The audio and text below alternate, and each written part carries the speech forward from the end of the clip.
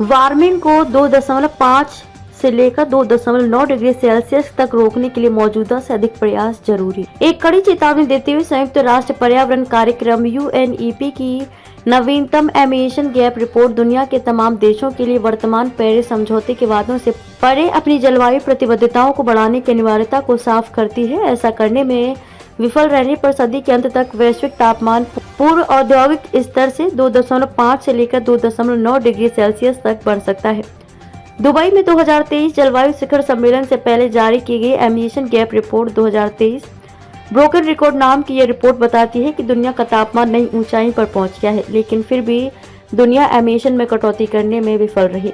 यह रिपोर्ट वर्तमान प्रतिबद्धताओं को पार कर उनसे बेहतर कार्यवाही करने की तात्कालिकता पर जोर देती है, क्योंकि अगर सिर्फ पेरिस समझौते के तहत मौजूदा प्रतिज्ञाओं को बरकरार रखा जाता है तो दुनिया को खतरनाक तापमान वृद्धि के पथ पर चली जाएगी। मिटिगेशन प्रयासों को पर्याप्त रूप से करें मजबूत। इस परिदृश्य से बचने के लिए रिपोर्ट मौजूदा दशक में मिटिगेशन प्रयासों को पर्याप्त रूप से मजबूत करने का आह्वान करती है।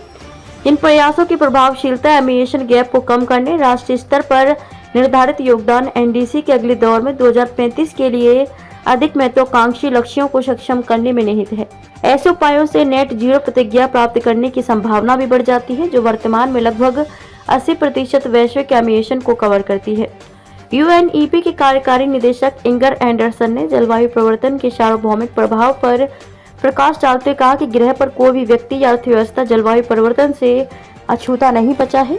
इसलिए हमें ग्रीन हाउस गैस एमिशन, वैश्विक तापमान में वृद्धि और चरम मौसम जैसी बातों के संदर्भ में रिकॉर्ड स्थापित करना बंद करना होगा। सितंबर में अब तक का सबसे गर्म महीना, ये रिपोर्ट कुछ चिंताजनक आंकड़े प्रस्तुत करती है, जिसमें इस वर्ष अक्टूबर तक पूर्व औद्योगिक स्तर से 1.5 डिग्री सेल्सियस से अधिक तापमान वाले 86 दिनों का रिकॉर्ड भी शामिल है।